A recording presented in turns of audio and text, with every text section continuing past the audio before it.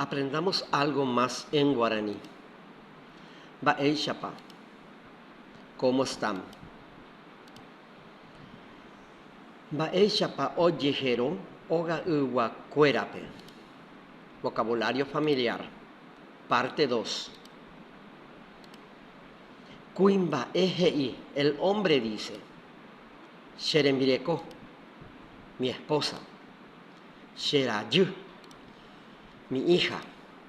Shera'u, mi hijo. Sheruke'u, mi hermano mayor. Sherubu, mi hermano menor.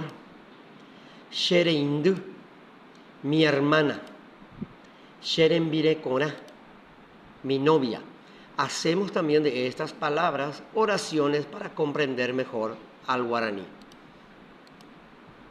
Sherembireko o yohei ao.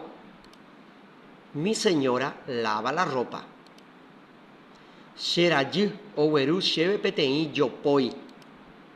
Mi hija me trajo un regalo.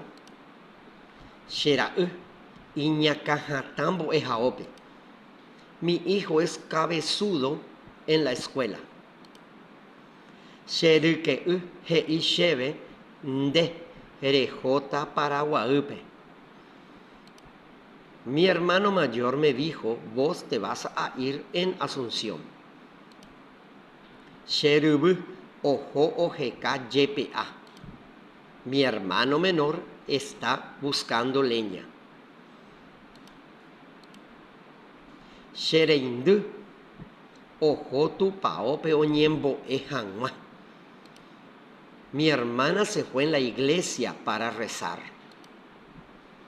Roipotaitepa sherembirekona de ponaiterei. ¿Cómo te quiero para mi señora? Sos muy linda.